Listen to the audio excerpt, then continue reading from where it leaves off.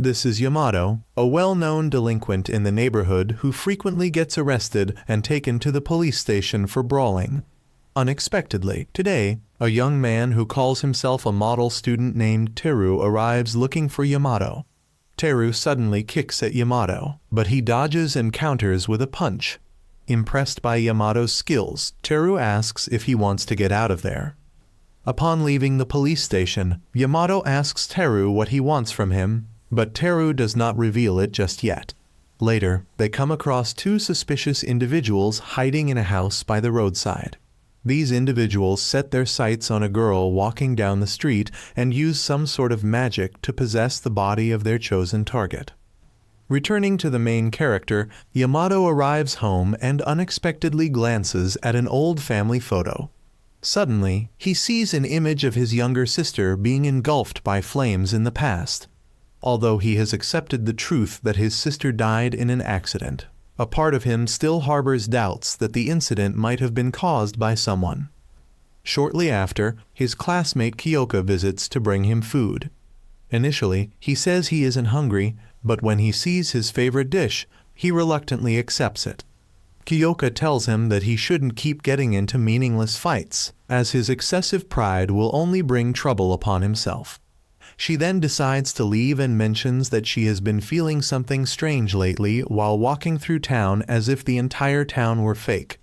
However, thinking it sounds too absurd, she brushes it off and leaves. Later, Yamato goes out and runs into a familiar face on the street. Meanwhile, the girl who was possessed suddenly notices Yamato and realizes that he meets the conditions to become a warrior, someone she must eliminate.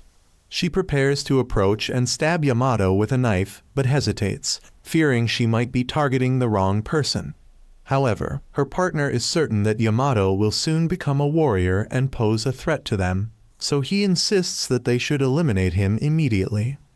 Just as she is about to stab Yamato, he is suddenly spotted by his rival, Ryugo. Ryugo taunts him about getting arrested. But Yamato retorts that if he hadn't been arrested, Ryugo would have been the one beaten up. Shortly after, the two run into Teru, who unexpectedly invites them both to follow him. Yamato is surprised that Teru also invited Ryugo. Following Teru into an alley, they encounter a gang of thugs. Realizing that Teru had set them up, Yamato and Ryugo, despite often being at odds, decide to fight side by side. They quickly take down the gang, but suddenly, the defeated thugs transform into robots. Now, the robots turn on them and begin fighting back. Yamato and Ryugo soon realize that the robots have analyzed and predicted their fighting styles. However, Yamato turns on some music, grabs a metal pipe, and charges in with relentless attacks. The two fight in an erratic rhythm, making it impossible for the robots to analyze their moves. Eventually, they manage to defeat the robots. However, Teru has kept one last robot in reserve, which he now sends into battle. The robot swiftly launches an initial attack, kicking both of them away. Teru mocks them, saying that, in the end, they are just a couple of street thugs. But Yamato, enraged, lunges forward and thrusts his metal pipe at the robot's face. The robot dodges, but this gives Yamato an opening to escape. He jumps from one corner to another before leaping in and delivering a final strike that destroys the robot's head. Teru claps, congratulating them on passing the test. He then leads Yamato and Ryugo to an arcade, but behind it lies a secret base. Ryugo assumes that Teru is taking them to an underground fight club, but Teru reveals that this place is actually a long-forgotten underground fortress. Inside, they discover a robot, and Yamato is unsure why Teru brought them here. Suddenly, the fortress commander, Minami, appears to explain everything. She declares that their carefree lives are officially over, as both of them will now become warriors in the battle against extraterrestrials. Minami then reveals that 3 years ago, Earth was annihilated by aliens in just 2 days, wiping out 99% of the human population. Earth has been transformed into a habitat for extraterrestrials, while humanity is now forced to live in a small shelter outside of space. All humans have had their memories erased to forget what happened, ensuring they can continue living in peace. To recruit those capable of becoming warriors to protect the world, this fortress has installed numerous cameras around the town to monitor the residents. These chosen individuals will have to pilot these robots to fight against the aliens. However, Yamato quickly refuses, stating that he is not a soldier and has no reason to fight for others. In response, Teru decides to restore Yamato's memories to give him the motivation to fight. Minami agrees and orders the soldiers to take Yamato away. Yamato is then brought to Duke, the one responsible for returning his lost memories. Yamato is shown the day when the aliens attacked. At that time, his parents and younger sister were aware of what was happening and were anxiously uncertain about what would come next. Yamato steps outside to see spacecraft filling the sky. When he turns back toward the house, it suddenly explodes. He desperately rushes to save his sister, only to witness an alien crushing her underfoot. Overcome with fury, Yamato recalls everything and swears never to forgive those extraterrestrials. Meanwhile, he hears that Minami is being summoned to the command room because the enemy is attacking again. Yamato decides that he will fight them. Duke then asks Ryugo if he wants his memories restored as well, but Ryugo refuses, unwilling to go through the same experience as Yamato. When Yamato reaches the command room, he is surprised to find a familiar elderly woman there. It turns out that many of the people from town are also here, working at this facility. The elderly woman informs them that the squad deployed on the battlefield is in grave danger due to the overwhelming enemy numbers. Minami decides to send Yamato into battle, transferring piloting knowledge directly into his and Ryugo's minds to skip the usual training process. The two, along with Teru, quickly set out and enter the robot. According to Teru, this robot is humanity's strongest machine, as it requires 3 operators. Yamato is in charge of movement and actions. Ryugo handles defense, while Teru manages the radar and tactics. Duke remains uncertain whether these 3 kids can truly accomplish anything. The group is then deployed onto the battlefield, taking their first steps in combat. Although they stabilize their movements, they quickly realize that they are too slow on foot and won't reach the front line in time. Minami suggests splitting the robot into 3 separate units for transport. Yamato is surprised to learn that the robot has this capability. Teru explains that the robot can divide into 3 parts, allowing each of them to pilot individually. Once separated, they will be transported more quickly to the battlefield. Meanwhile, out on the battlefield, soldiers begin to fall one by one. The last remaining squad is being cornered by thousands of powerful enemy forces. Their captain tries to encourage his men, telling them to hold on, and if they make it out alive, he will treat them to a feast. He then pulls out his gun and charges into the enemy ranks. Although their resistance is commendable, the sheer number of enemies is overwhelming. The captain is shot down, and the rest of the team is gradually wiped out. Just at that moment, the 3 main characters arrive in time to provide backup. They soar high into the air, preparing to manually reassemble the robot mid-flight. Yamato will serve as the core, while the other 2 must merge with him. None of them are sure if they can pull it off since they have never practiced it before, but whether they can or not, they have no choice but to try. Yamato asks Minami for guidance, but she insists that he must execute it himself, as he will be the one controlling the robot's movements. Ryugo wonders what the organization will tell his mother if he dies here. Teru explains that if they die, the organization will alter the memories of everyone who knew them, erasing any trace of their existence.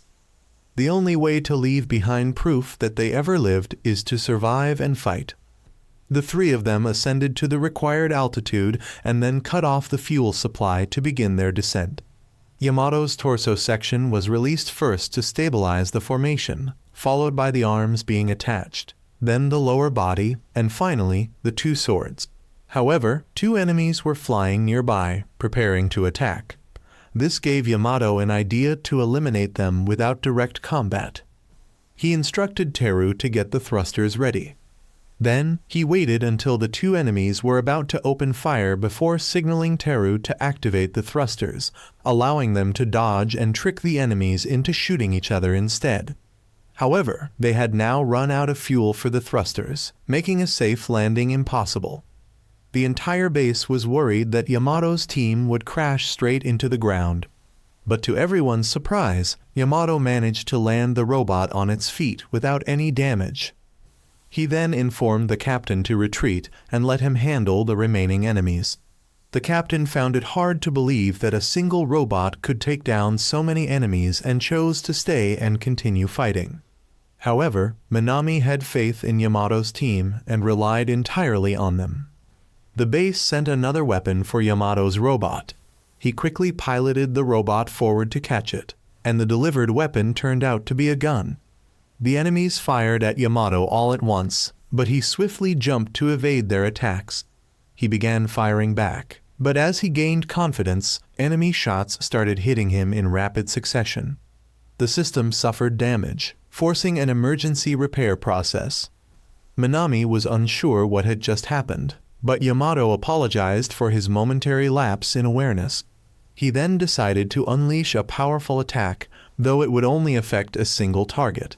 Minami initially thought Yamato was panicking, but seeing his composure, she realized he had a plan.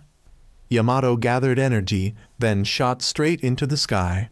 After reaching full charge, he launched a devastating strike downwards, creating a shockwave that eliminated a significant number of enemies. However, the remaining forces fused together into a massive giant, completely ignoring Yamato's team and heading straight toward the shelter.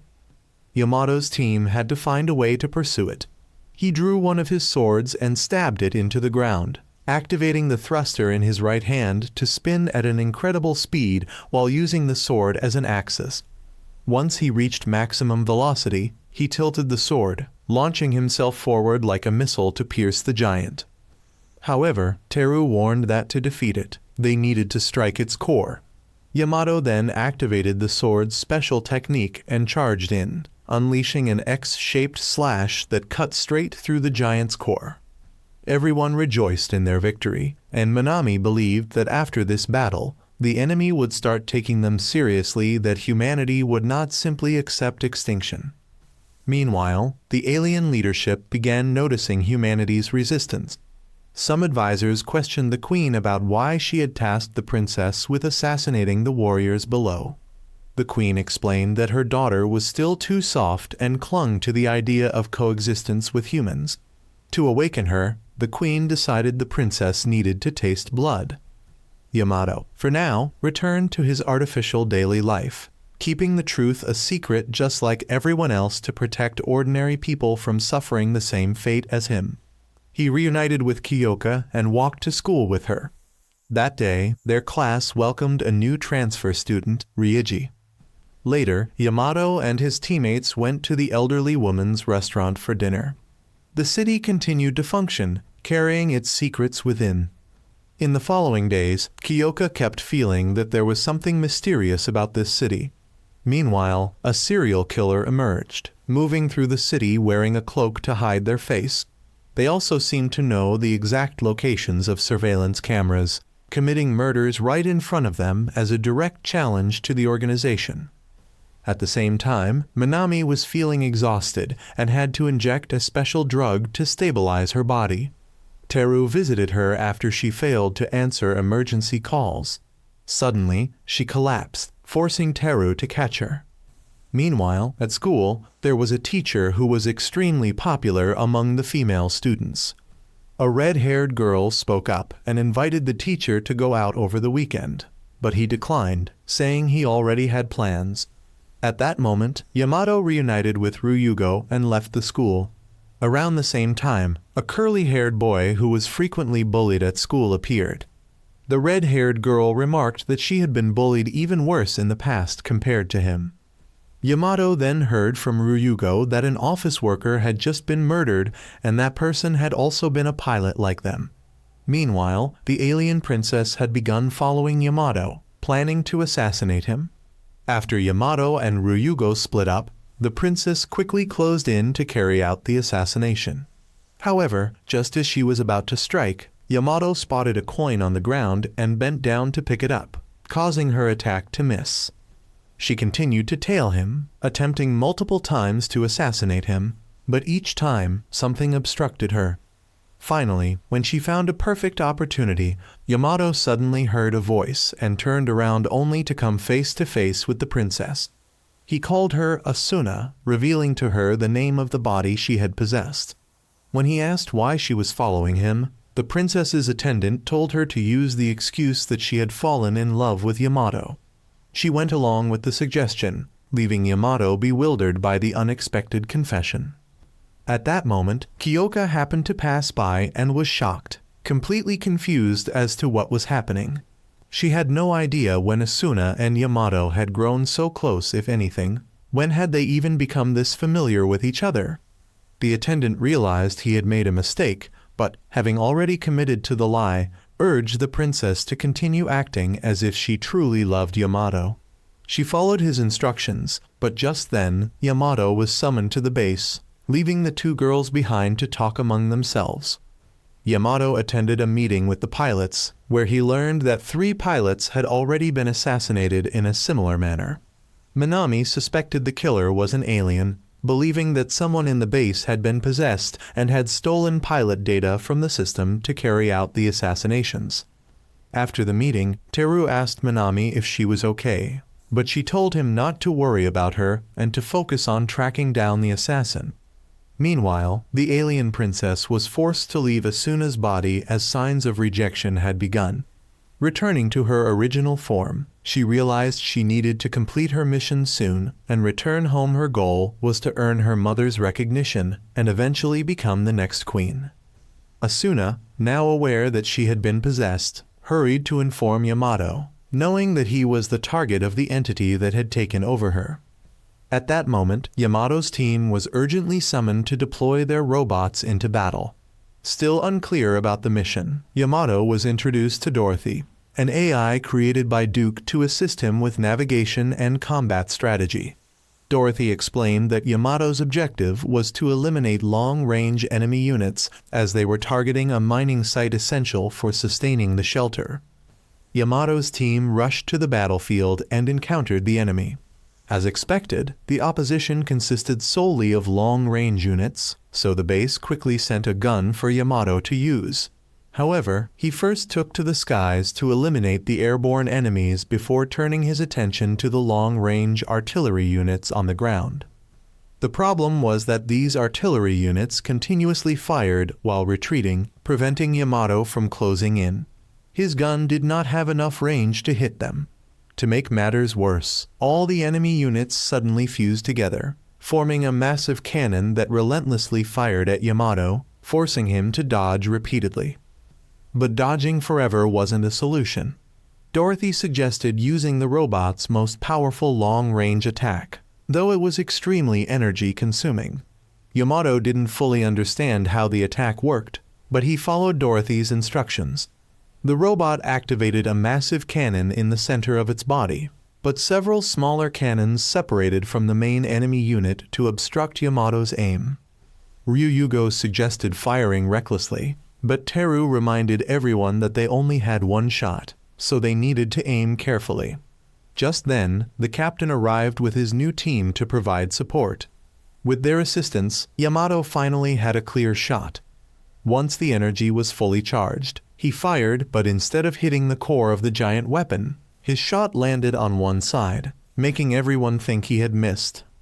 In reality, Yamato had redirected the shot horizontally, taking out all the enemies in one shot. Teru believed this was the reason they chose Yamato because of his unpredictable strategic mind, not just his fighting skills. He brought a new, hard-to-read approach to combat, which was essential in facing the enemy. The next morning, Yamato returned to school and encountered Asuna again. She asked him to stay away from her at all times. Meanwhile, Teru returned home and continued his normal life. But he realized that the entire town was a lie. The people living there were simply those who had lost their families, paired together to create new families. At the same time, the alien princess possessed Asuna's body again to follow Yamato. Yamato confronted her, asking what she wanted since she had told him to stay away. The princess realized that Asuna had warned Yamato, so she decided to seize the opportunity and kill him right then and there. However, she tripped and dropped her knife, forcing her to flee. Kyoka, who had been watching the entire encounter, was now sure that Asuna had feelings for Yamato, and she realized she needed to do something about it. The princess's knife was later found by Yamato's teacher. Yamato then encountered Ryuji, a new student who had recently transferred to his class. Ryuji was chasing after a cat he had adopted, which led him to a research facility where his father worked. Ryuji's father was a scientist with the goal of turning his son into the best pilot in the base. For years, Ryuji had been forced by his father to train, but he had resisted because he couldn't meet his father's expectations. Despite Ryuji's resistance, his father found a way to force him to comply. He directed Ryuji's cat deeper into the research facility, luring him to follow.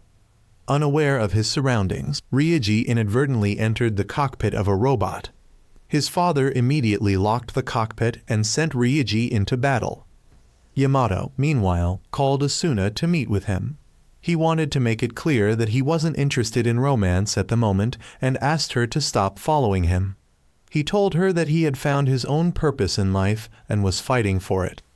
Upon hearing this, the alien princess, who had taken over Asuna's body, began to doubt whether the two races could truly coexist. The queen, her mother, had once told her that the two races could never live together, and she would not forgive her if she continued to defy her wishes. Back with Ryuji, he was forced onto the battlefield and made to fight. However, Ryuji kept trying to find a way out, which made the enemy target him. The impact of the attack killed his cat, which Ryuji blamed on his father. His father, however, insisted that the cat's death was due to Ryuji's refusal to fight. If Ryuji had fought, more people would have been saved. While Ryuji might not have caused the deaths, he could still save many others. Years ago, Ryuji's father had lost his entire family in an alien attack. He was working in a military hospital at the time when he discovered signs of life from Ryuji, who had been on the brink of death. The doctor worked tirelessly to save him and succeeded in bringing Ryuji back to life. From that moment, Ryuji became the driving force for his father's survival. Ryuji was the only one who survived among hundreds of others, and his father believed that Ryuji was a miracle. However, over time, Ryuji withdrew from the world, refusing to show any emotion. His father tried to force him out, but Ryuji resisted, unleashing his latent abilities. This led the doctor to a new discovery: humans have untapped potential, and the current catastrophe was a sign that humanity needed to evolve in order to survive. As time passed, some of the children in the facility began to rebel and attempted to escape. Ryuji used his powers to stop them. The next day, when the doctor checked, he discovered that when these children used their abilities, they developed tumors. The more they used their powers, the larger the tumors grew. After today's checkup, the tumor had disappeared, and the doctor's colleague believed that Ryuji was the one who had eradicated the tumor. On the battlefield, the soldiers began to struggle against the enemy, while Ryuji decided to turn his hatred into motivation to fight, activating his abilities. With his awakened powers, Ryuji was able to control a robot by himself, unlike Yamato's team who needed 3 people to pilot one. Ryuji quickly destroyed dozens of enemies and realized what he had done. The doctor believed that Ryuji had defeated the invaders, and now that he had this power, it was his duty to fight and protect humanity. The doctor then visited the base to meet Minami, asking her to accept Ryuji and his research into the organization. Minami argued that experimenting on humans was inhumane, but the doctor countered by pointing out that she had fueled Yamato's hatred to make him fight. However, the president of the organization accepted the doctor's research and allowed him to become a part of the organization. Meanwhile, Ryuji had gotten another cat to protect, believing that this new cat would make him stronger.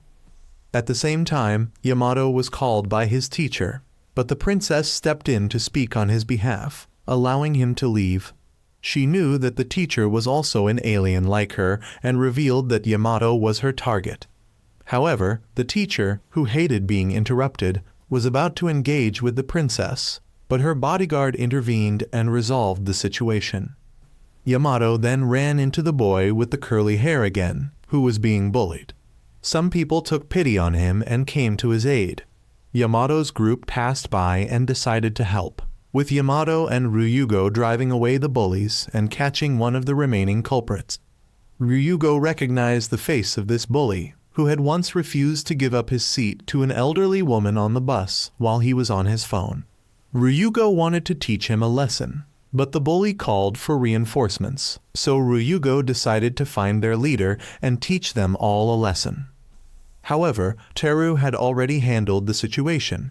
When they arrived at the hideout, they discovered that the leader of the bullies was Jun, the red-haired girl from Yamato's class. She appeared kind at school, but was actually a cunning person who lured others in. She sent her lackeys to attack, but Yamato and Ryugo quickly dealt with them. Ryugo, wanting to settle a personal score with Jun, went after her, but he kept getting embarrassed while fighting a girl and eventually got punched in the face. Ryuji suddenly showed up, causing Jun to stop fighting. She decided to explain everything. She revealed that she had been bullied in the past because she was too cute, but the bullies helped her enter a beauty contest, which she won. She became famous, and the bullies became her bodyguards, protecting her from those who used to bully her. The reason they were running around the city was because she had asked them to investigate the strange occurrences in the city. She also suspected that the 4 boys were hiding something from her, because, from time to time, the 3 of them, excluding Ryuji, would disappear without explanation. Ryuji covered for them by saying that the 3 boys had been sneaking off to watch adult films, so the others decided to play along and let it go. At that moment, an announcement came through, and all 4 boys made excuses to leave. They all headed to the base, where they would get into 2 robots to enter battle. This time, Yamato's instructor was a different woman. After landing, the command center sent 2 transport robots to take the group to their destination. Now, they didn't need to assemble in mid-air, saving time. Their mission was to destroy the enemies attempting to sabotage humanity's supply lines. Ryuji decided to stay behind and provide support, as his gun had a longer range than Yamato's. Yamato charged ahead, and Ryuji soon found himself surrounded by smaller enemies. After Yamato dealt with the gun-wielding enemies, he realized that Ryuji had been surrounded by enemies with self-destruct capabilities. Yamato activated the cannon to save Ryuji, but the enemy mothership dropped more enemies, and they needed to focus their fire on the mothership to win. However, they lacked the firepower to destroy it. The command center then sent Yamato a bazooka to use. Yamato flew up to grab the weapon and aimed it at the mothership. Just as some bugs ran over to interrupt, Ryuji used his abilities to clear the area around Yamato, allowing him to make the shot. Yamato successfully shot down the mothership, but at that moment, the debris and the bugs merged together again. Yamato asked the new AI if she had any suggestions to help him, and she proposed a new move, the meteor kick. However, Yamato couldn't just rush in to kick because the enemy had an outer armor layer. He charged forward but kicked down into the ground, then changed direction and kicked straight up from below the bug. Everyone was surprised by Yamato's ideas, and it seemed they would have to get used to his unconventional methods. A while later, Minami and Duke were puzzled as to why the enemy knew exactly where their critical positions were. It was clear there was a mole within their organization. Minami decided to relocate the city because the enemy was close to discovering its location. Meanwhile, Jun's green-haired friend met the boy with the curly hair. She advised him to speak with the teacher, but he didn't like that idea. A bookworm approached the curly-haired boy and offered to repair his robotic arm. Minami then introduced her plan to the entire military. She intended to relocate the city to a sacred place, which potentially housed a super-large battleship they could utilize. However, the ship had been divided into 12 pieces, with each piece located at a site the city could jump to in one relocation. She suspected that someone had planned this in advance to allow humanity to fight back. The only person capable of such a plan could be her ancestor, the blonde commander. Her family must have foreseen this and had the resources to build such a battleship. Minami decided to trust this theory and implement the plan. However, the challenge now was that to lift off, the city would need at least 1 year to balance. So for the time being, there was nothing they could do. That evening, the bookworm finished repairing the arm for the curly-haired boy. His father was a robot engineer, so the boy had some skills himself. The bookworm knew the curly-haired boy had intentionally allowed himself to be bullied to protect others from being targeted. He also knew the city was a fake. The commander then went to Jun. He had trouble explaining things, but because she met the requirements, he sought her out. He revealed that the city was fake, which piqued her interest, and she wanted to hear more. The two boys had started to figure out how to descend into the underground base. Jun was taken to the base, and the commander told her she would be selected to pilot a battle robot, which she immediately agreed to. Duke discovered the two boys were trying to get underground. He knew the bookworm often came here to spy on the robots, but soon realized that the bookworm had talent in the field of robotics, which piqued his interest. Suddenly, an alarm went off, signaling an attack, and the bookworm saw Yamato's group heading out. Yamato, who was feeling bored because he was about to go to sleep, had to head into battle instead. They noticed Ryeji was not present, but he had been captured by the assassin who killed the previous pilot. The assassin wanted to understand human evolution to adapt and survive on Earth. In the battle, it was clear that the enemy was tougher than usual.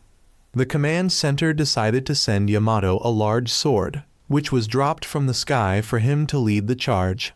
Yamato swept through the monsters, but they merged again, and this new monster seemed stronger than before. Yamato tried using the sword, but it wasn't enough to pierce the armor. He decided to charge up the sword's most powerful move, but during the charging process, he had to continuously dodge the monster's attacks. He charged it up to 100%. But it was still not enough, so he decided to keep charging it, even though there was a risk of the energy core exploding. Despite the warnings from the other two, Yamato kept charging the sword until it reached 200%, and the robot was overheating. Finally, he charged forward, slashing through the armor and splitting the monster in two. Teru was stunned by how far Yamato was willing to go. Jun, who witnessed the battle, became intrigued. Minami decided to scold Yamato because she didn't approve of his reckless fighting style. She went to see Duke, who suggested inviting the bookworm to join the team. Minami realized that the bookworm was the son of the person who had created the robot Yamato was using. Meanwhile, Yamato visited the daughter of the pilot who had been assassinated. Since both families were blended families, Yamato wanted to talk to her, but she mistook him for pitying her and walked away. On the way home, the assassin followed Yamato, but the princess stepped in to protect him. Yamato noticed and turned back to check. The assassin hated the royal family just like she did because they had exploited common soldiers like him. He then transformed into a form called Fang and completely overwhelmed the princess. Yamato had to return to save her, but the assassin remembered that he had business with Yamato as well and targeted him instead. The princess didn't want Yamato to die, so she transformed into a Fang herself to protect him. Her strength completely overpowered the assassin, and she eliminated him. The royal guard finally arrived to take care of the assassin's body. The princess reverted to her normal form, and Yamato still had no idea who she truly was. The next morning, Asuna regained control of her body and woke up in Yamato's house. Seeing her torn clothes, she assumed something had happened and screamed. She demanded to know what Yamato had seen, but he admitted that he hadn't really looked at anything. Regarding the events of the previous night, she revealed that someone had invaded her mind and controlled her. Yamato had no choice but to explain about the aliens. Asuna suspected that one of the aliens had taken control of her, so she decided to join Yamato in searching for the outsider hiding in the city. Meanwhile, Minami wanted the command center to conduct some experiments to speed up the city's takeoff. The curly-haired boy was standing by a bridge, lost in thought, when Jun's green-haired friend approached him. She advised him not to jump, even if life was tough, but he dismissed her concern, saying he wouldn't litter in the river. Suddenly, he noticed a drowning dog and jumped in to save it. The girl thought he was wasting his time since dogs could swim, but this one was injured and couldn't stay afloat. At that time, Yamato and Asuna continued searching for the two aliens who had controlled her. She vaguely remembered their location from when she was possessed and had the feeling that they both wanted to kill Yamato yet hesitated, making it necessary to meet them in person. They arrived at a rundown hotel, with Kyoka secretly following them, mistakenly believing that Yamato and Asuna's relationship had already reached that stage. When they inquired, the receptionist refused to disclose guest information, making Asuna suspect that the two had already left.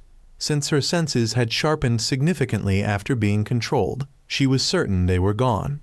However, she had a lead it involved their homeroom teacher.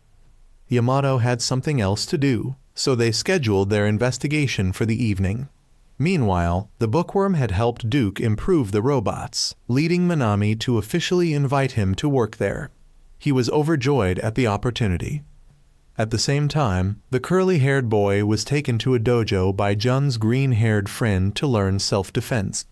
She attacked him relentlessly, but with his robotic memory, he quickly learned and countered her moves.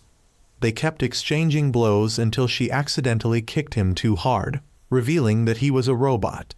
He explained that he had been created with the belief that he had to serve some purpose for humans. He had chosen to be bullied so that no one else would have to be. Despite being a robot, he never felt lonely and didn't need friends. Suddenly, 3 men arrived to take him away for dismantling, as he had fulfilled his purpose. He considered himself garbage, so if he could still be useful in some way, he was willing to accept it. The green-haired girl refused to let them take him, arguing that he had more humanity than most people. He was simply born as a robot. She fought off the 3 men in black and took him away. Minami, observing the situation, decided to help them both by making them pilots. Meanwhile, Jun was given access to past memories, and Yamato understood her emotions better than anyone else. Jun then requested to go into real combat, but the commander refused. However, Minami wanted her to learn faster, so she allowed Jun to experience real battle. For the first time, Jun piloted a robot. Though it was an outdated model, it was still functional. Suddenly, the 2 of them were surrounded by aliens. They were forced to fight, but Jun impulsively charged ahead and got knocked down. She was on the verge of being killed when the commander had to step in to save her. Through this, she finally understood the brutality of war. The commander was then shot and wounded by the enemy, so Jun had to drag him into cover. At that moment, Yamato's group and Ryuji arrived as reinforcements. They successfully wiped out the first wave of enemies, but immediately afterward, the mothership arrived and released a second wave. Yamato saw that even laser cannons wouldn't be enough to deal with this situation. However, the command center sent the 3rd battle robot to Jun and the commander. Both of them used the escape pod to evacuate and were caught by the robot, which pulled them inside. Jun noticed that the commander was injured, but he insisted that he was fine.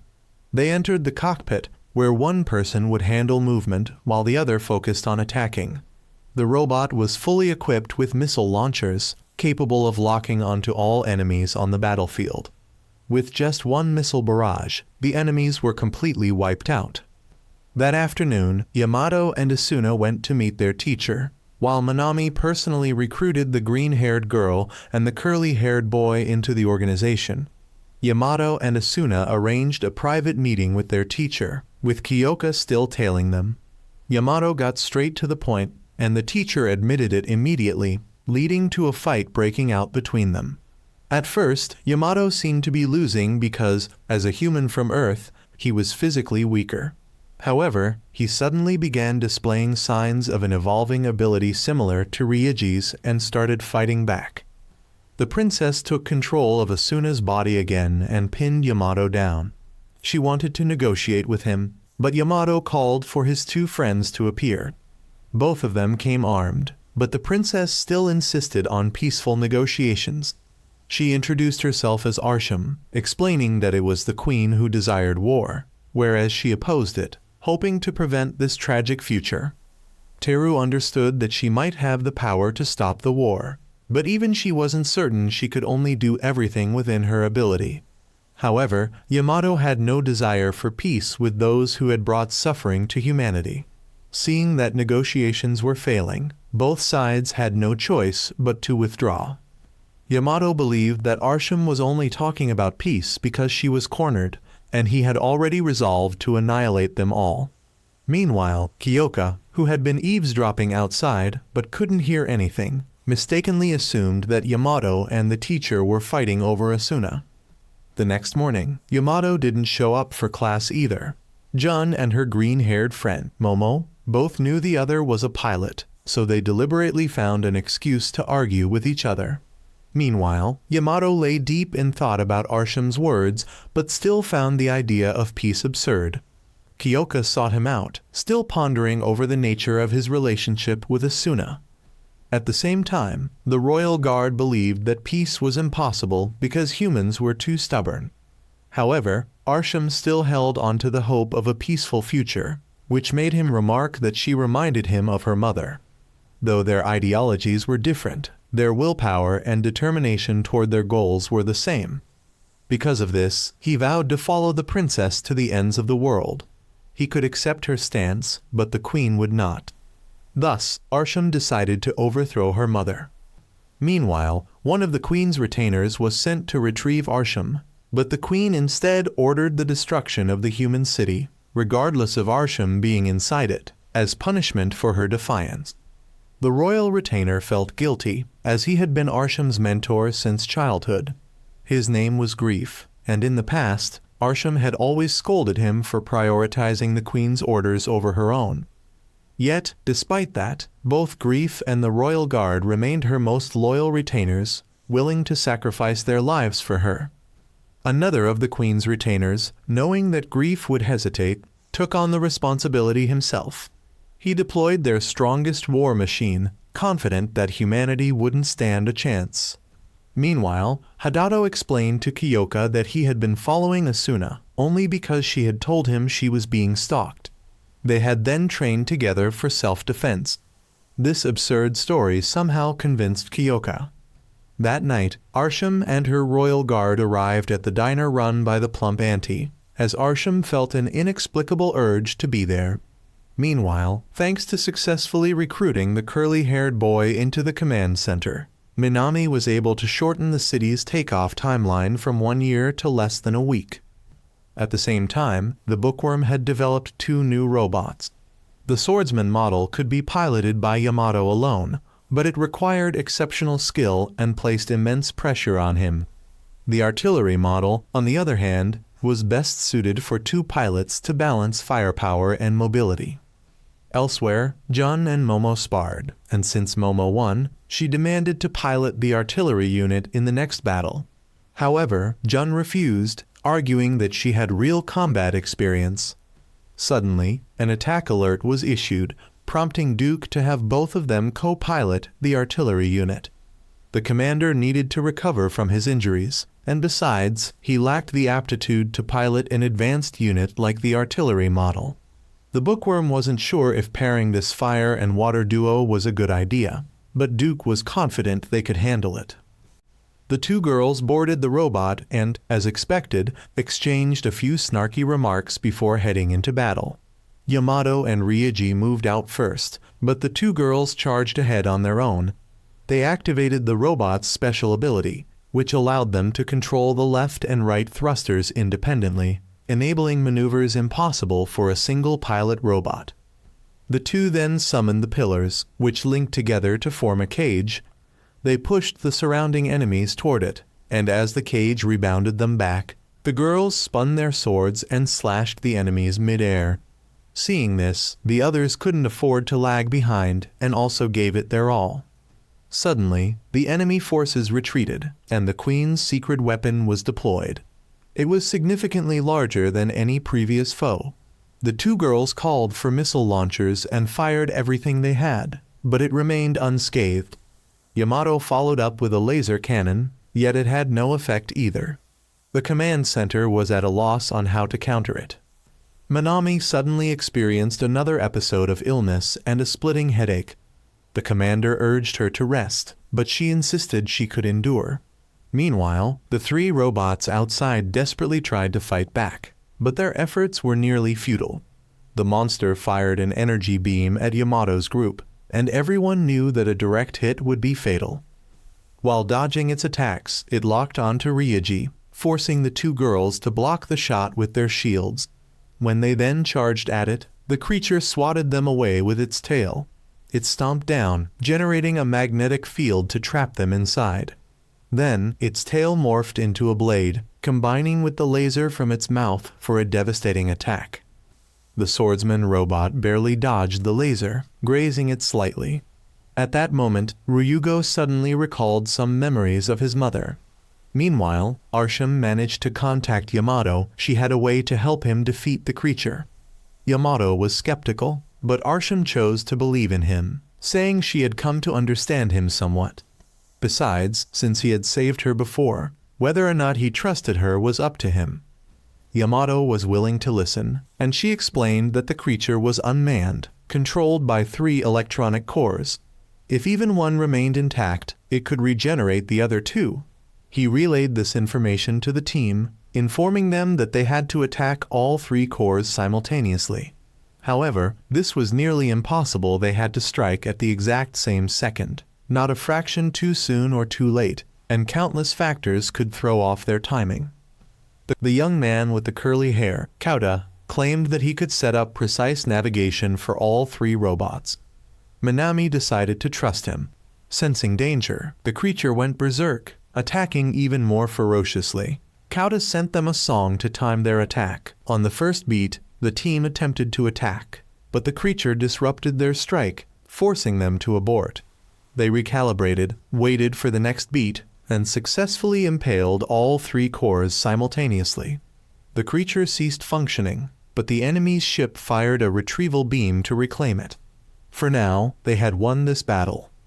Afterward, Yamato admitted that he had won only because he received guidance from the enemy.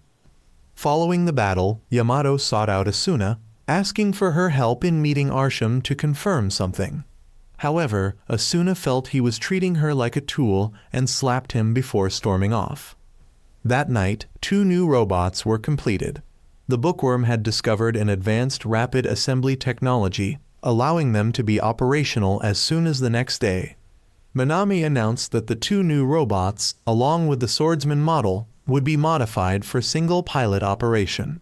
Yamato was excited at the prospect of piloting his own unit. The bookworm then asked Minami how she had known the previous creature had metal resistant to their attacks. She replied that it was just intuition and a lucky guess that happened to be correct. Meanwhile, Teru and Yamato noticed that Ryugo was acting strangely. Ryugo had recalled past memories and realized that his current mother was not his biological mother. He wanted to bid her farewell, but when he entered, he saw that she had already prepared a meal for him. He was afraid if he told her the truth, would she see him differently? Would she still treat him the same way? But he couldn't keep pretending forever. So, he decided to speak. He returned his father's keepsake to her and admitted that he was not her biological son. But he was still grateful to have had someone like her to care for him. As he turned to leave, his mother revealed that she had known all along. But she had already found all the happiness she needed. She simply wanted to continue being his mother. After all, who else would put up with a troublemaker like him? The two embraced, and the scene was truly touching. Yamato and Teru, watching from the sidelines, also gained a new perspective on family. When Teru returned home, he noticed that his parents were gradually losing the effects of their memory suppression. Their old memories of their previous family were starting to resurface. Teru had to speak up to snap them out of it.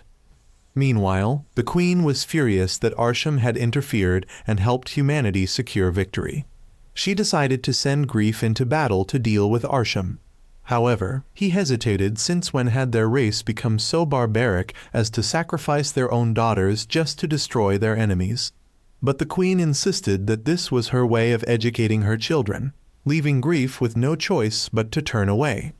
She then ordered her remaining royal guard to mobilize the entire army, having merely tested Grief's resolve. At that moment, Arsham was lost in thought when Asuna suddenly appeared before her.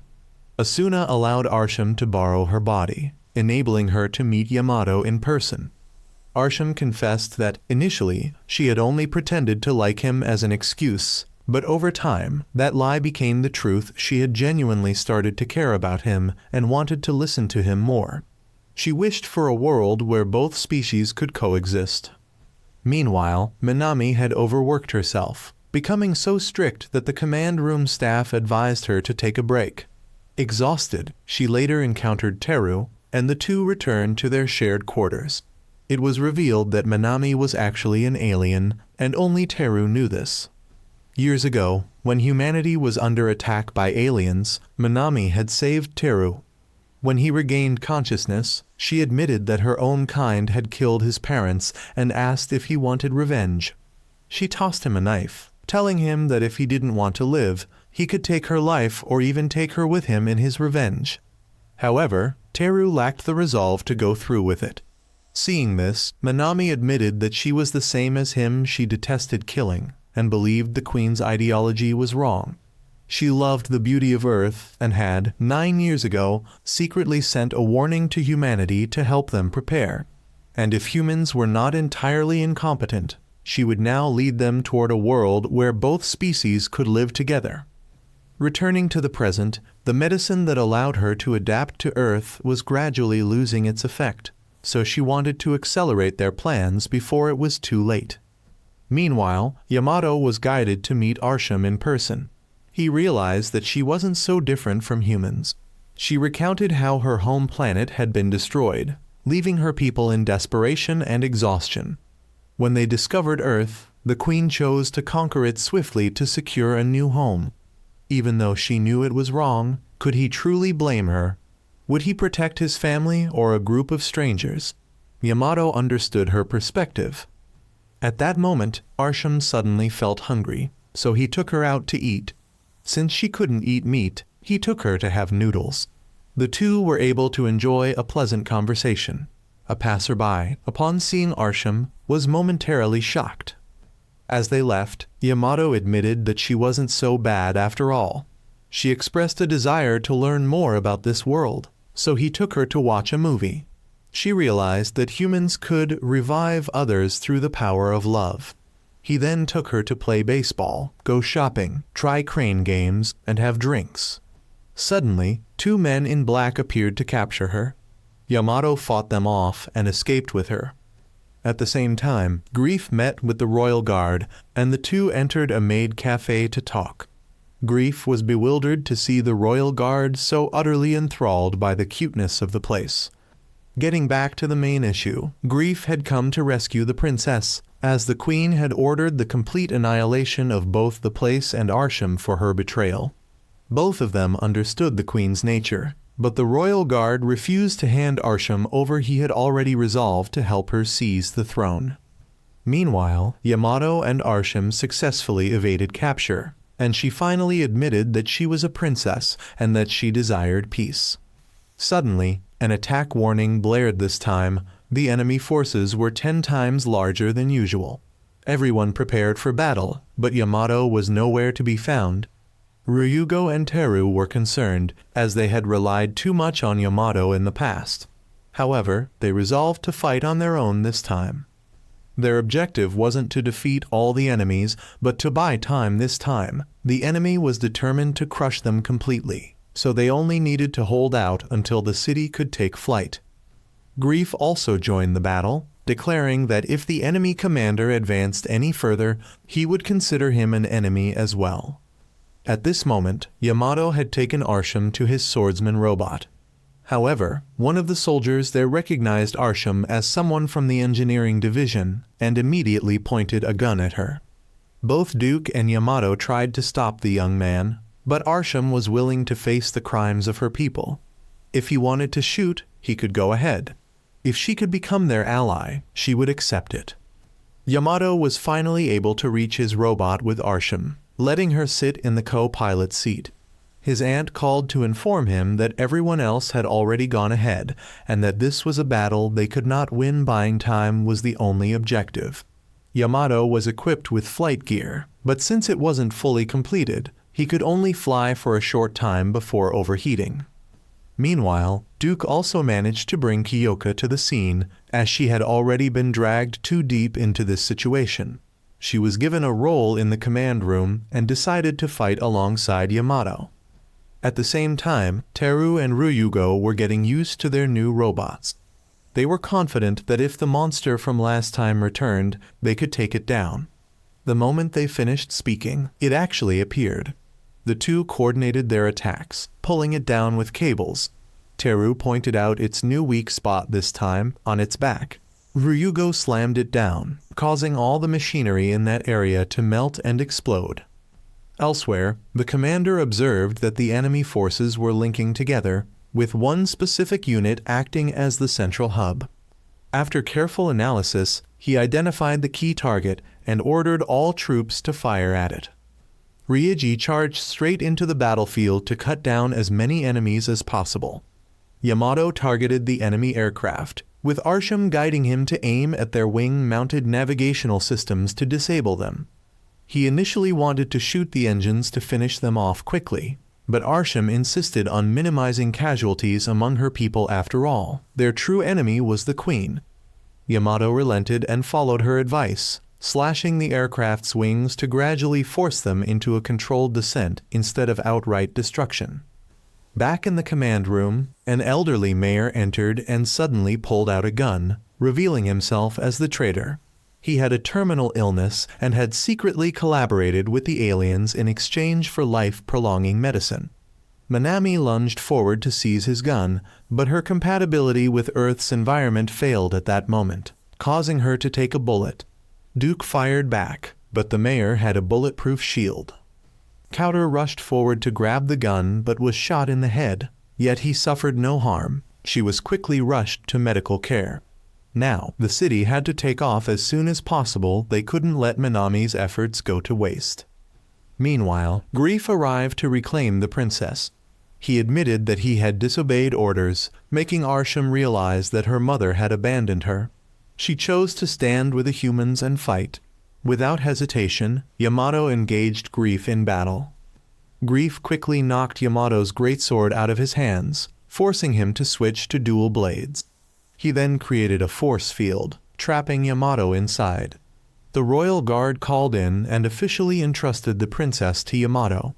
Determined not to let Arsham go, Yamato activated his evolution ability similar to Ryuji's and fought even harder. He managed to push Grief out of the force field, but both of them were now plummeting toward the city.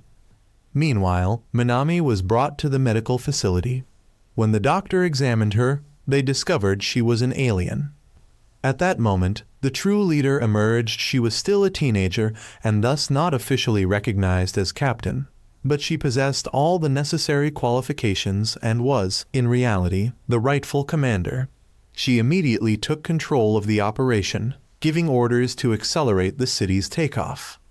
The Queen, realizing the situation, ordered the enemy commander to launch a missile to end everything.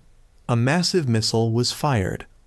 Meanwhile, Yamato and Grief crashed into the city, causing significant damage. Minami's true identity was now exposed, so she requested some time alone from the doctor and everyone else. She called Teru, apologizing for being unable to fulfill their shared dream. Realizing something was wrong, Teru frantically called out to her. However, Minami knew she likely wouldn't survive. Finally, the city successfully detached from the ground. Arsham regained consciousness but saw that Yamato had stopped breathing. Desperate, she began performing CPR when chest compressions failed. She resorted to mouth-to-mouth resuscitation. On the battlefield, everyone received news of Minami's fate, but Teru was the one suffering the most. Minami left a message for Teru, asking him to continue pursuing the dream they had both yet to fulfill. She believed that if a person had the power to take many lives, they also had the power to do the opposite to save many lives. When the message ended, it marked the birth of a sad boy. Teru decided to throw himself into the brutal battlefield and keep fighting in Minami's place. Meanwhile, 2 female pilots had run out of ammunition, and their robots were barely holding together. The captain ordered them to escape using the emergency pods, but only Momo managed to get away. Jun chose to stay behind, determined to protect the commander at all costs. She took multiple gunshots until her robot was completely engulfed in flames. Ryuji and the commander rushed in to help her. The commander even made it to her cockpit, but Jun had already suffered fatal wounds. She could only leave behind her last words before passing away. Ryuji could no longer remain calm. He decided to use his full power for revenge, refusing to forgive those who had taken Jun's life. He charged straight into the enemy ranks once more. Meanwhile, Teru was equipped with thrusters to fight in the air. Ryugo was panicking, unable to see any allies. The bookworm instructed him to use a thin section of ground ahead as a trap. When the bookworm removed his glasses, he actually looked quite handsome.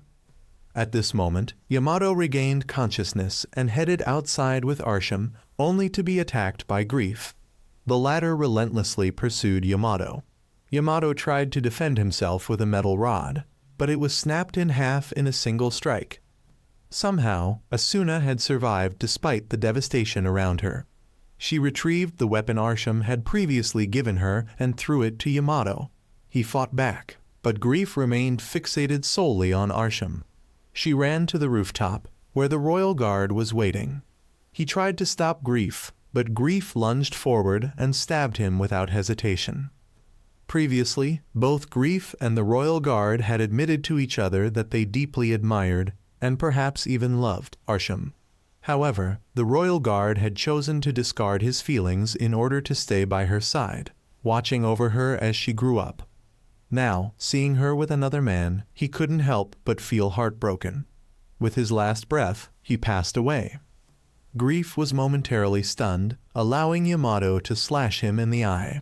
Wounded, Grief retreated to his robot and took Arsham with him. Yamato also ran back to his own robot, struggling to activate it, then used all his thruster power to give chase. Outside, Arsham tried to reason with Grief, but Yamato caught up and severed the arm holding her. Both of them drifted in zero gravity, desperately clinging to whatever they could. Grief moved ahead, but Teru grabbed Yamato, preventing him from pursuing further. Yamato pulled out a gun, threatening Teru, but Teru simply told him to go ahead and shoot. Minami was already dead, so he no longer cared. Unable to do anything, Yamato had no choice but to retreat. Their priority now was to destroy the massive missile that threatened the city. The Supreme Commander switched the ship into combat mode, unveiling a barrage of cannons, including a massive main cannon. She ordered energy to be evenly distributed enough to fire their weapons while keeping the ship airborne. Once the enemy fleet was within range, their weapons began charging. The attack wiped out the enemy fleet, their command ship, and all forces on the ground. However, as the smoke cleared, the missile was still intact. Yamato was given the final mission. All available energy was transferred to him, allowing him to wield the great sacred sword. The sword materialized from nothing, and Yamato lifted it, charging forward. With a single, powerful strike, he cleaved the missile in two. The operation was a complete success, but at a heavy cost. Meanwhile, Arsham remained safe on the ground.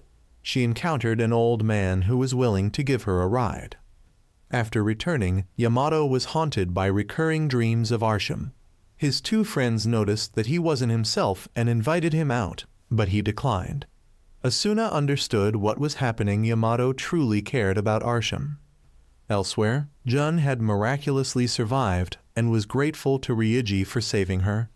It turned out that when the commander retrieved her, Ryuji had used his power to bring her back to life.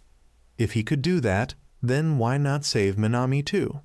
The Supreme Commander then revealed Minami's final wishes to the rest of the crew. To keep her secret hidden from the public, they used memory alteration techniques. She was later summoned to discuss their next mission. Meanwhile, the scientists were examining Minami's body. They couldn't understand why humans and aliens were nearly identical aside from the differences in their blood composition. After re-examining the body, the scientist was shocked by a discovery. Meanwhile, the Bookworm and Duke successfully rebuilt the robots for the two female pilots.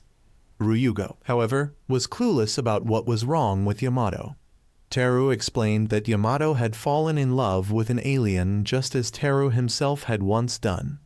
Suddenly, an enemy alert was issued. Teru told Ryugo not to take part in this battle. At the same time, Grief, who had been imprisoned, managed to escape. The Queen ordered his execution, but he went to her himself, challenging her to take his head personally if she truly wished to kill him. Meanwhile, Arsham encountered Victor, the leader of a self-sustaining underground gang. He had previously spoken with aliens and understood that they were merely trying to survive, just like humans, so he bore them no hatred. Suddenly, a mutated Earth creature emerged from underground. Victor immediately ordered his men to prepare a robot for him. As soon as it transformed, Arsham was astonished. It looked almost identical to Yamato's robot. At the same time, since the battle was taking place in the air, only Yamato and Teru's robots could participate. However, Teru had yet to arrive, so Ryuji decided to pilot in his place. With a large number of enemies approaching, Ryuji formulated a plan. Yamato understood it immediately without needing an explanation and proceeded accordingly. Ryuji fired a barrage of missiles, creating a magnetic field that immobilized the enemies, while Yamato charged straight through them, crushing everything in his path. After clearing the smaller foes, the remaining enemies combined into a larger form. Yamato responded with his cannons. To prevent Yamato from being pushed backward by the recoil, Ryuji braced against his back and fired an attack in the opposite direction. The opposing forces canceled each other out, neutralizing both their movement and the combined enemy. Now, only the massive enemy warship remained. Yamato wanted to use the Great Sacred Sword again, but they didn't have enough materials left to recreate it. Instead, he decided to use the remaining resources to craft something else. While Yamato was gathering energy, Victor down below knocked out the mutant creature with a punch, then charged forward and obliterated its head. By this point, Yamato had taken all the remaining material from their ship and ascended into space.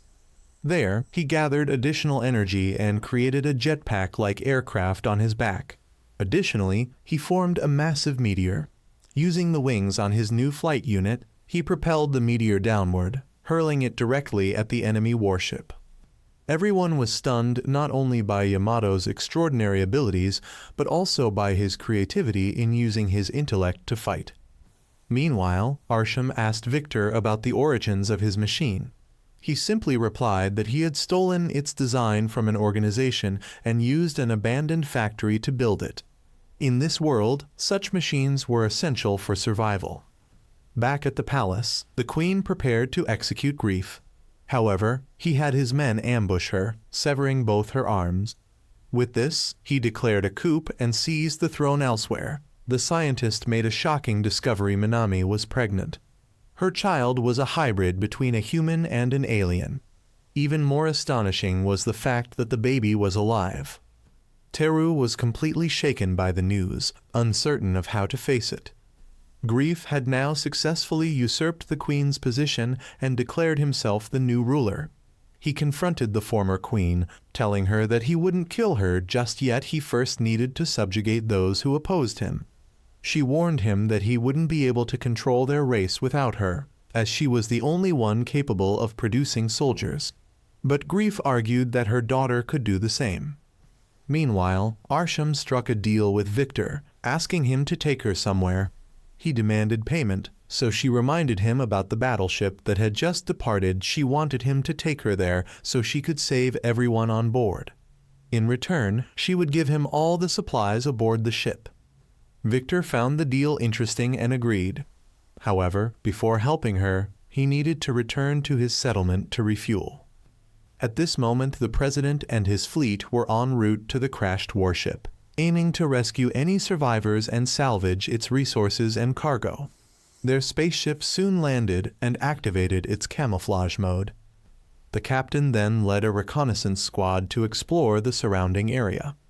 Meanwhile, Yamato reunited with Ryugo and noticed that he was injured. Ryugo explained that he had accidentally wandered into Q's territory. Yamato had no idea who Q's was, so the bookworm informed him Q's was a mysterious figure who ruled over the school itself. Yamato wanted to find this person, but Ryugo didn't want him to bring trouble upon himself. However, Yamato reasoned that there had to be a reason why he was the only one unaware of Q's existence. Ignoring Ryugo's warnings, he decided to seek out this Q's and provoke him. Meanwhile, Momo reunited with Jun. Jun had been considering cutting her hair short, like her friends. Suddenly, Momo was struck by a memory from the past, one involving her father. At the same time, Arsham had been taken to Victor's town, Solon, where 2,000 people lived. She was puzzled as to how they managed to survive there. Victor explained that, whether they liked it or not, they had no choice but to find a way to live. Arsham asked if Victor harbored resentment toward her, as it was her kind who had driven him and these people into such dire circumstances. However, Victor replied that hatred was pointless. His only goal was to protect these people and help them survive. Suddenly, a group of thugs arrived, causing trouble for Victor and trying to flirt with Arsham. Victor quickly dealt with them, but the gang leader pulled out a knife. Even so, Victor effortlessly overpowered him. Meanwhile, the scientist approached Teru. He had discovered that Minami's unborn child was his. The baby was a hybrid between an alien and a human from Earth. The scientist believed that this child might be able to survive in environments where humans couldn't. He wanted to experiment on the baby to help humanity develop a way to live in alien conditions. However, Teru was terrified. If word got out about the child, the aliens would surely try to seize it for the same purpose. He feared that the child would become a major threat. But to the scientist, the baby represented hope for humanity. He decided to conduct his research in secret so that no one else would find out. Meanwhile, Yamato reunited with Jun and Ryuji. The three of them realized that none of them knew anything about Q's, so they decided to investigate. They entered the gymnasium, where Q's was already waiting for them. Q's was confused as to why the three of them didn't remember him. They suspected that Q's had altered everyone's memories. However, whether it was everyone's memories that had been changed or only their own was impossible to determine within the confines of the shelter. Q's himself wanted to become a pilot, and the fastest way to do that was to defeat a pilot in front of the cameras. Q's suddenly grabbed Yamato's head and kicked him away. Yamato told the other two not to interfere, he would handle this himself. He charged at Q's, unleashing a series of attacks, but Q's dodged them effortlessly and countered with a kick. Q's mocked Yamato, saying he was no match for him. Yamato couldn't understand how Q's was able to evade his attacks so perfectly. It felt like he was fighting someone from a special forces unit. But then, by chance, Yamato accidentally turned on a screen and saw Asuna's performance. With music playing, Yamato suddenly fought with much greater enthusiasm, but even then, he was still being pushed back. Realizing he needed an advantage, he signaled Jun and Ryuji to open the curtains at his command. Yamato cared more about winning than his pride. He then leaped forward, dodging Q's attacks while grabbing onto a rope and swinging toward the projector above. Jun and Ryuji followed his signal, pulling open the curtains and flooding the gymnasium with bright sunlight, momentarily blinding Q's. Seizing the opportunity, Yamato rushed forward and landed two powerful kicks to Q's head. Meanwhile, the captain's patrol team had encountered enemies on the surface. Yamato's team was quickly called into battle. He told Q's to be ready to explain everything when they returned. Yamato swiftly boarded his robot, which was now pre-equipped with upgraded guns and swords. All of the pilots' robots had received enhancements. As they deployed to support the captain's team, everyone was excited about their upgrades. However, they were suddenly attacked by a new enemy that flew past and spewed flames at them.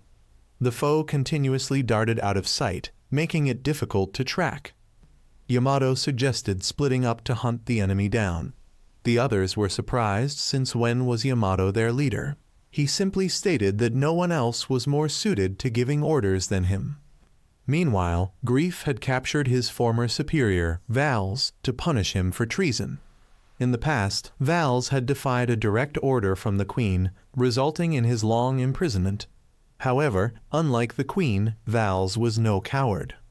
Vals realized that Grief was holding something over him, so he chose to submit and follow Grief's orders. At the same time, one of the Queen's most loyal subordinates, Demir, secretly freed her and helped her escape. Elsewhere, the ancestors of humanity, Adam and Eve, discovered that Earth, the planet they had nurtured, had been invaded. Determined to put a stop to this, they decided to take action. Back with Yamato's group, the fire-wielding enemy returned. The team nicknamed him the Fire Demon. He began launching energy projectiles that could track their movements. Even though they tried to split up and escape, the projectiles relentlessly pursued them. Teru noticed that the projectiles were tracking their motion and told everyone to stop moving. As expected, the projectiles ceased their pursuit. The Fire Demon realized that the pilots had figured out his trick, but their stillness gave him the perfect chance to finish them off himself.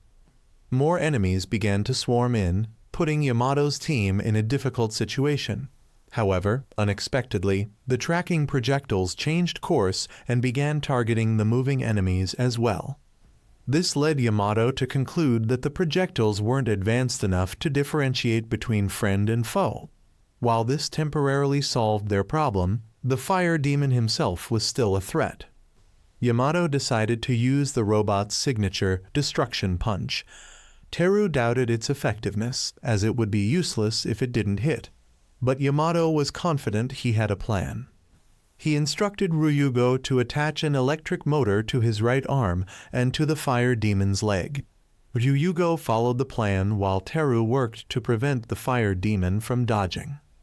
With Teru's interference, Ryugo successfully attached the motor to the Fire Demon's leg. Yamato then fired his robotic arm and signaled Ryugo to activate the electric current. The robot's arm connected to the Fire Demon and began chasing him down. Yamato increased the speed of the attack, making it impossible for the Fire Demon to dodge. He suffered severe damage. However, before Yamato could finish him off, Vals ordered the Fire Demon's pilot to retreat, as they had already gathered enough combat data. Meanwhile, Grief received news that the Queen had escaped. He correctly predicted that she would seek out Arsham, but decided to let her roam free for now. Elsewhere, Victor was preparing to transport supplies. Arsham wanted to accompany him. Their first stop was a small house where a grandmother and her grandson lived. Victor administered a medicine to the grandmother to prolong her life, a little longer medicine he had extracted from a parasite that had previously attacked them. However, after stepping outside, he quietly told the grandson to stay by his grandmother's side until morning, as that was all the time she had left. Though he regretted it, there was nothing more he could do for her. After completing the delivery, Arsham was moved by the sight of people struggling to survive. She wondered if she had ever been as strong as them and decided to help Victor with his transport duties. She spent the entire day working with Victor and soon became beloved by the townspeople. Victor promised them that he would put an end to this situation. That night, Arsham began to fully realize the extent of the crimes her people had committed. Victor arranged a place for her to sleep, and she asked what he meant when he said he would save everyone. He didn't answer, he simply walked away. Through Victor's dreams, it was revealed that he was actually Momo's father. Suddenly, in the middle of the night, radar detected 3 incoming enemies. Victor quickly mobilized for battle, activating his robot and flying out of the shelter to confront them. Meanwhile, Q's had been captured and taken to the base, where he met the president. She revealed that she knew Q's had hacked into the memory system of the citizens and fabricated a false identity for himself. In reality, he was an illegal immigrant. She refused to tolerate illegal immigrants and decided to deport him. However, Q's argued that the president could make use of him, as he possessed all the necessary qualifications to become an outstanding pilot. Back with Victor, he was struggling against the enemy forces, as they were far too fast. Before long, reinforcements arrived for them. Victor ordered his subordinates to deliver his sword. As soon as he had it, he used his technique to create a whirlwind by running in circles, obscuring the enemy's vision. Then, he soared high into the sky before plunging down with a devastating punch, annihilating a vast area just as Yamato had done before. Back with Yamato's group, Q's passed the piloting simulation tests with a score far surpassing all previous pilots. However, the president required him to undergo a psychological assessment as well. Suddenly, an alert signaled the appearance of enemy forces, prompting the deployment of all pilots. Their adversary this time was a new type of enemy, one that appeared to be particularly powerful, so the main pilots were dispatched. However, unexpectedly, none of the robots could launch. Someone had hacked into the system, preventing them from deploying. But Yamato's robot was somehow able to move and was sent into battle, even though he was still in the command room. At that moment, Q's spoke up. He was the one who had hacked the system and forged an ID to take control of Yamato's robot. He wanted to prove himself in real combat rather than going through tedious tests. As soon as he entered battle, Q's charged at the enemy and executed maneuvers that only a highly trained pilot could perform. In an instant, he eliminated 3 enemies. Then, he drew his sword and swiftly wiped out the remaining foes. Yamato found nothing impressive about this victory, but everyone else was astonished by how efficiently Q's handled the enemies, consuming remarkably little fuel in the process. The bookworm among them couldn't believe this was Q's first time piloting a robot. Q's displayed an exceptional understanding of Yamato's robot and requested to speak with the engineers after identifying some issues with it. However, the bookworm was convinced that the problem wasn't with the robot, but rather that Q's processing speed was simply too fast for the machine to keep up with. Meanwhile, Momo began recalling past memories when she caught Jun, and she suddenly fainted. Duke took her to restore her memories, and she learned that her father was struggling to survive in the harsh outside world. She expressed her desire to rescue him. However, Duke explained that many within the organization opposed this idea, as they lacked sufficient information about the people outside. It wasn't a matter of simply deciding to help. At the same time, Teru met with the doctor and learned that in just 1 month, the child would be ready for experimentation. Teru pleaded with the doctor to abandon the child because its existence would ignite war. The doctor claimed that the child was his, but Teru didn't want the life he and Minami had created to become the catalyst for conflict. In the following days, Yamato noticed Q's becoming increasingly arrogant after officially being recognized as a pilot. However, despite his personal dislike for Q's attitude, he couldn't deny the talent that was being acknowledged. Then, unexpectedly, Q's stormed into the command room with a gun and declared that from now on, he would be in charge. No one understood what Q's was trying to do, until he made it clear he was taking over the ship. But Q's had planned everything before making his move. He revealed that he had planted explosives in the ship's air filtration system, and with just the press of a button, he could release toxic air from the outside, infecting everyone on board. In reality, Q's was working under Victor's command. Victor had orchestrated a plan for Q's to infiltrate the ship as a pilot and seize control of the command room. However, their goal wasn't terrorism, it was to save the people. Q's demanded that the ship be sent to pick up the people from Victor's shelter. With no other options, the president was forced to compromise and ordered the ship to change course. Victor had previously taught Q's how to overwrite the memories of the citizens, allowing him to infiltrate the city. This was possible because Victor had once been one of the architects of the shelter. Meanwhile, Teru learned about the situation in the command room and reported it to Ryuji. The two decided to use a ventilation shaft to bypass the security cameras and sneak into the command center. Given how Q's had managed to take over the command room undetected, they concluded that he must have had inside help. At the same time, Teru and Ryuji disguised themselves as ship personnel to infiltrate the command room. Elsewhere, the Bookworm and Duke were puzzled as to why the command room had not responded to them. They had just completed a new robot and needed to introduce it to the command team. Back in the command room, Teru silently moved behind Q's. One of Q's allies noticed and attempted to warn him, but she was quickly subdued by Ryugo and Yamato.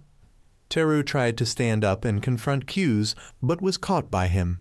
However, Q's made a mistake and left an opening, allowing Ryuji to use an electric gun to restrain him. Victor, at this point, realized that the plan had failed, and Arsham now understood Victor's strategy. She believed she could help him with this. The president, reconsidering, decided that they would still go to rescue over 2,000 civilians from outside and bring them into the shelter. If there wasn't enough space for them, she could temporarily remove some goods from storage and bring them back later. She then ordered Q's and his team to be released, with one condition: those 2,000 civilians brought aboard the ship would have their memories altered. Suddenly, another enemy alert came in, and Q's was given permission to go into battle. He then met with the Bookworm, who informed him that he had created a new robot specifically for Q's high-speed combat style. Meanwhile, Momo advised Jun to give up on being a pilot, as Jun was suffering from psychological trauma. When it came time for the battle, Q's and Yamato exchanged a few sarcastic remarks. Yamato also wondered why Q's seemed to be listening to the president more than before, to which Q's replied that he needed to repay her for taking in his people. Q's then charged ahead and swiftly took down many enemies, prompting the president to warn him not to venture too far from the others. However, Q's was surrounded by enemies and had to be assisted by Yamato, who also took the opportunity to tease him a little. Yamato charged forward as well, and Q's, not wanting to be left behind, followed suit. Because Q's was moving so quickly, Yamato had to use his thrusters at just the right level to keep up with him. Ryuji and Teru, observing Yamato, were continually surprised by his actions. Yamato then transformed into a spinning, deadly machine, cutting down every enemy in his path. The president noticed that Yamato and Q's were working exceptionally well together. However, their main enemy appeared a massive, tank-like machine. Q's charged ahead, forcing Yamato to follow closely behind. Q's knew he had to break through a weak spot in the tank, so he activated his armor-piercing technique. He sped forward, gathering kinetic energy, and instructed Yamato to use the same technique at the spot he was targeting. Both of them successfully coordinated their attack and pierced through the tank, completely destroying it. Meanwhile, the Queen had arrived at the human city. Grief discovered that Arsham was hiding in a village outside the shelter. That night, Teru snuck into the doctor's room to eliminate his own child, but the doctor mistakenly thought Teru was still interested in his child and came to visit. The doctor explained that, according to theory, a child between two different species shouldn't be possible. However, since the child's DNA matched both Teru's and Minami's, the existence of this child was undoubtedly a miracle. Arsham, upon seeing the ship approach the village, went inside to inform Victor. She still felt guilty, as her people had committed such atrocities. Victor asked her if she wanted to join his group on the ship, but she suddenly remembered Yamato and left. The president then instructed Q's to guide everyone aboard the ship. She ordered the entire ship to prepare everything needed to bring the civilians aboard. Soon after, the ship landed, and Yamato, along with Q's and a small team, entered the village. Q's remarked that people living comfortably in the shelter like Yamato wouldn't understand the struggles of the people here. Victor then arrived and explained to the group that the way the villagers had survived up until now was by gathering resources from nature and being self-sufficient.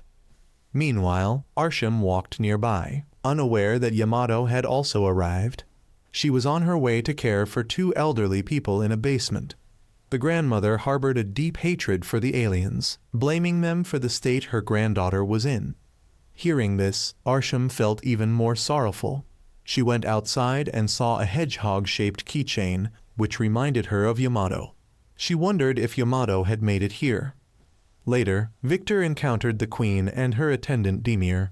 He approached and struck up a conversation, stating that he had no ill will toward all aliens, as he understood that the queen was also trying to help her people survive, even if it meant harming others. At this time, John and Momo had also followed the captain down to the village, and Arsham was finally reunited with the queen. The queen acknowledged that Arsham must be angry at her for attempting to eliminate her, but she was willing to atone for her actions. She wanted Arsham to help reclaim the throne from Grief, and once she succeeded, she would allow Arsham to take the throne.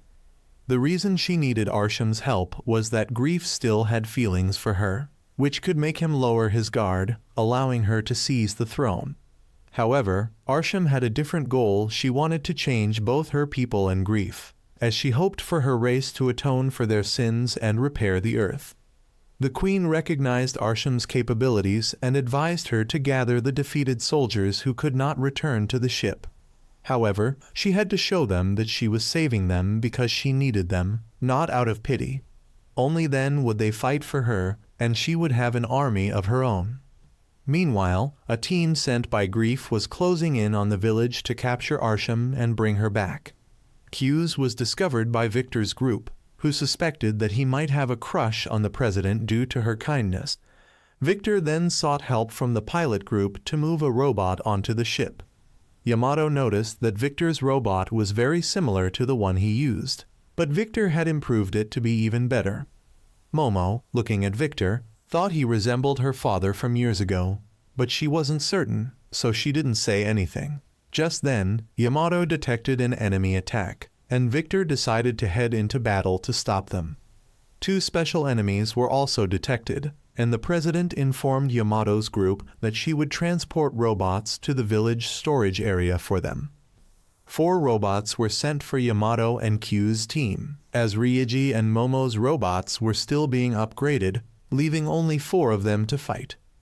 Victor also piloted a robot out of storage and instructed the team to follow his lead, as he was more familiar with the terrain than they were. Arsham, upon noticing the robots heading into battle, immediately realized that Yamato was nearby. Meanwhile, the 2 enemies sent by Grief detected both the princess's and the queen's energy signatures inside the village, but held back from attacking right away. Yamato then jumped onto Victor's robot and charged straight into the enemy ranks, cutting down a large number of foes. Victor and Q's then coordinated an attack, eliminating an entire enemy squad with a single move. At this time, the bookworm informed Ryugo that his robot had been adjusted for long-range combat. Excited, Ryugo immediately switched to combat mode, transforming into an anti-aircraft machine equipped with an array of weapons. However, Teru suggested they coordinate their attacks. Ryugo reverted to his standard form and threw Teru into the air. Teru then deployed an electric net to surround an area, while Ryugo unleashed a powerful energy blast, forcing the enemies into Teru's electric net, wiping them out. Now, only the 2 main enemies remained. They launched a coordinated assault on Yamato, forcing Victor to step in and help. The president then reported that new equipment was being sent to Yamato. Upon receiving it, he discovered it was a flying board. Victor instructed Yamato to follow a specific trajectory while he handled the rest. Yamato followed Victor's guidance, and at the key point along his flight path, Victor unleashed an attack that accelerated Yamato's speed. Yamato then swiftly executed an X-shaped slash, severely damaging the enemy and forcing them to retreat. Victor decided that the team shouldn't pursue them, as their priority was evacuating the civilians. The president observed that their combat capabilities had increased significantly, but she suspected that the enemy would soon deploy their full force, so they needed to prepare thoroughly. Meanwhile, on the ship, a civilian had been possessed by an alien. The possessed individual approached the queen, requesting medication to stabilize his body while possessed. The queen demanded that he swear loyalty to her before she would save him. The reason she took him in was because she needed him for future purposes. The two recently defeated subordinates returned to report to Grief that the princess was in the village and that a squad was stationed nearby, waiting for the right moment to capture her. However, Grief ordered the two to burn down the entire village because if the village could no longer serve as a shelter, Arsham would be forced to flee, making it easier for them to act. Despite receiving the order to destroy the village, the two still decided to locate Arsham first before launching the attack. Both of them had great respect for Arsham, as she had helped them many times before, so their top priority was ensuring her safety. Meanwhile, Momo went to acknowledge Victor as her father, but for some reason, he insisted that he had no daughter and did not understand what she was saying. That night, the two aliens successfully infiltrated the village, while Yamato and Victor finished cleaning the warehouse and decided to sit down for a break. Yamato was surprised that Victor and his people could stay in such a place without fear of being attacked by aliens. But Victor explained that they feared illness more than they feared an attack. Even though they had an air filtration system, it was only temporary. Victor then asked Yamato if he could bring a certain female alien aboard the ship. Yamato immediately asked Victor what she looked like. Meanwhile, the green-haired defeated subordinate found Arsham, while the other discovered that the queen was also there. The green-haired one then approached Arsham and begged her to return to Grief, but she refused and walked away. When he grabbed her hand to stop her, Victor's group arrived.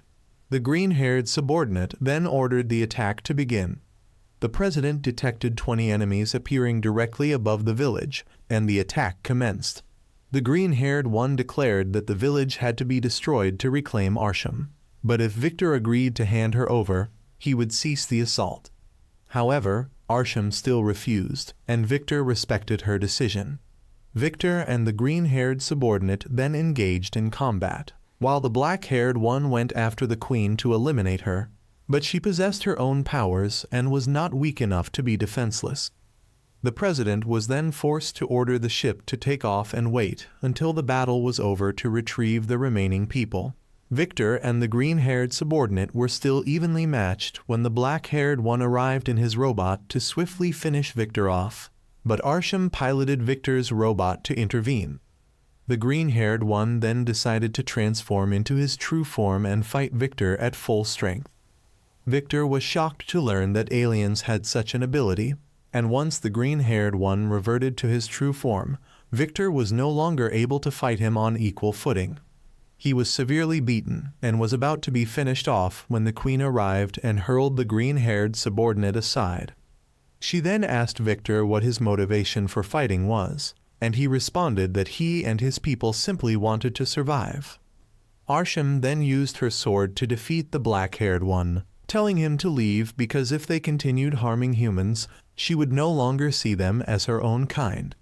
Arsham then returned to Victor's side, and the queen requested that she go with her.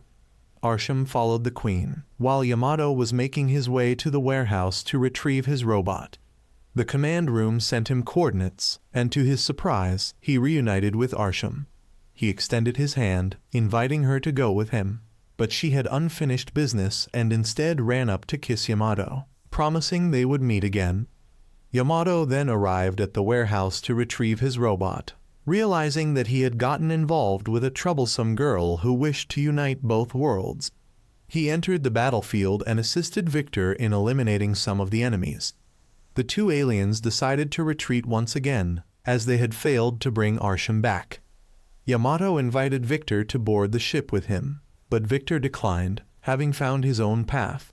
Meanwhile, Arsham's group suddenly encountered an enemy, and Victor quickly rushed in to take him down, stating that he had to keep his promise to take her to save people.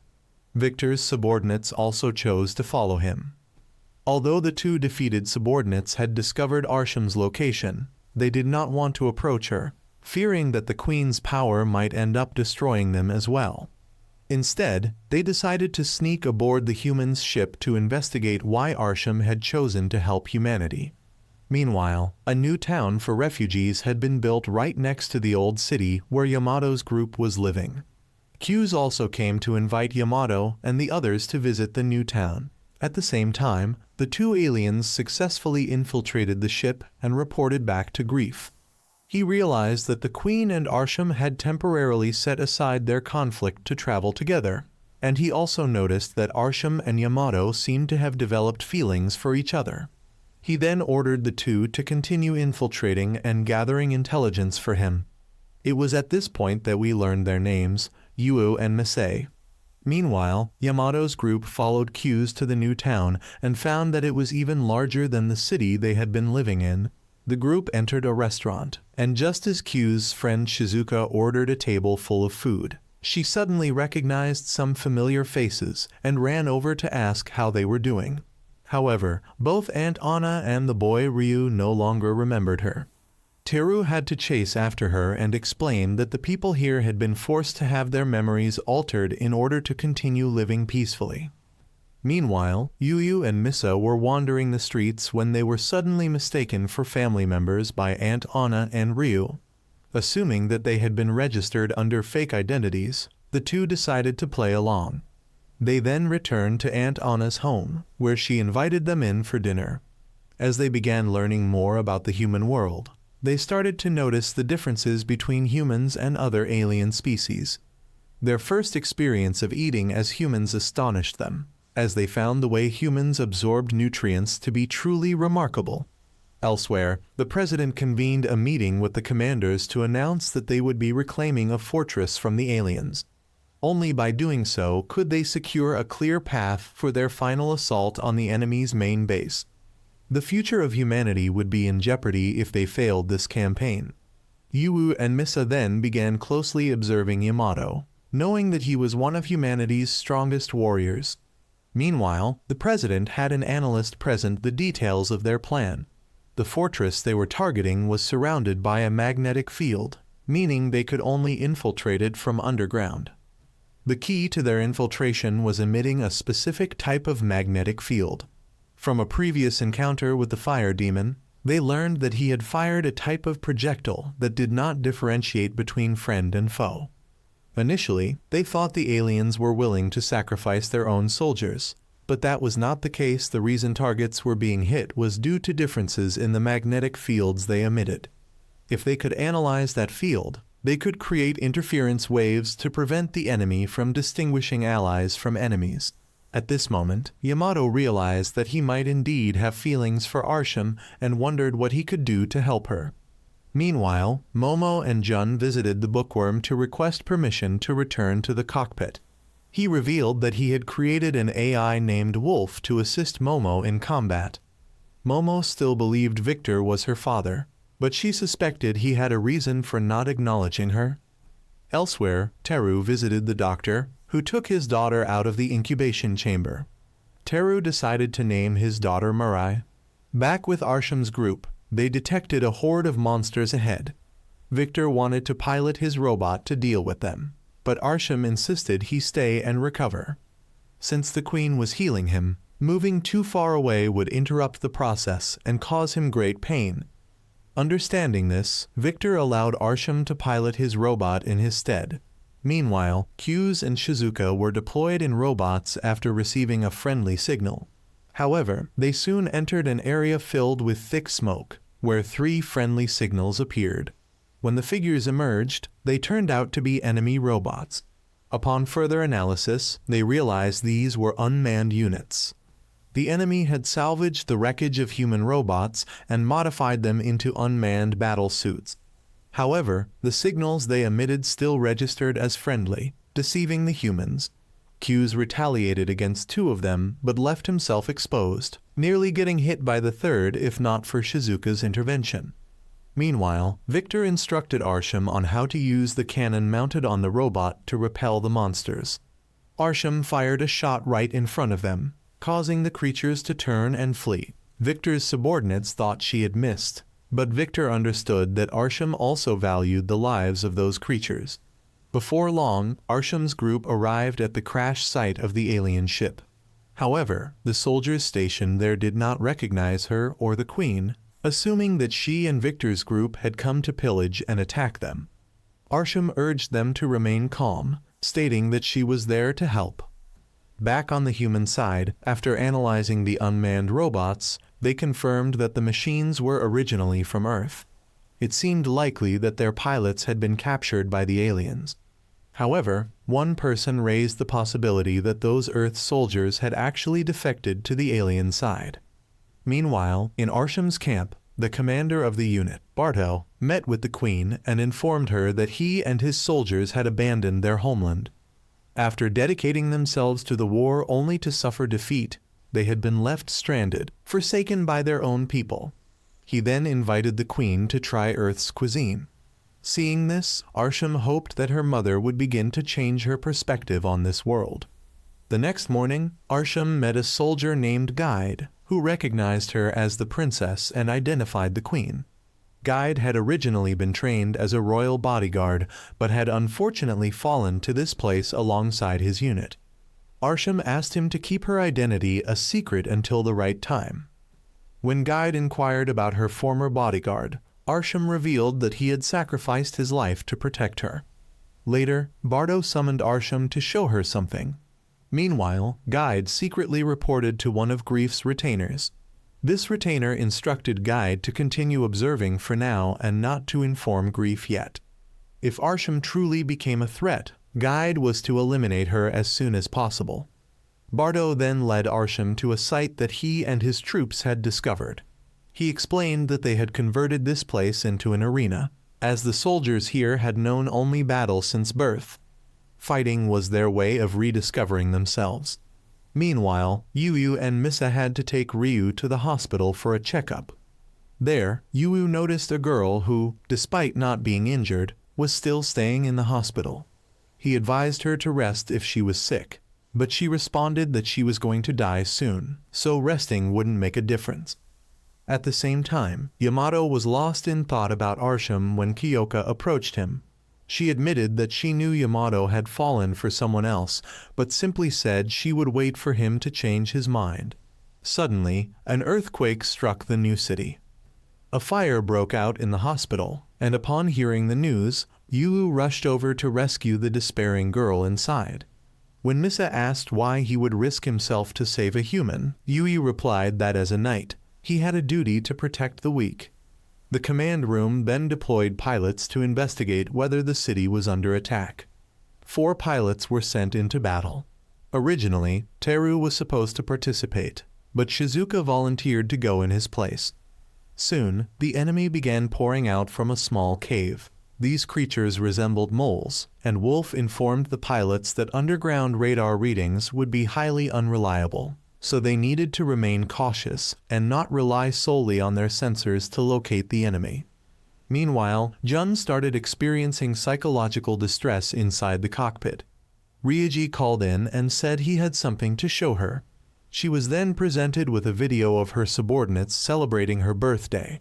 It reminded her of events from 2 years ago. Back then, she had been terrified before stepping onto the stage.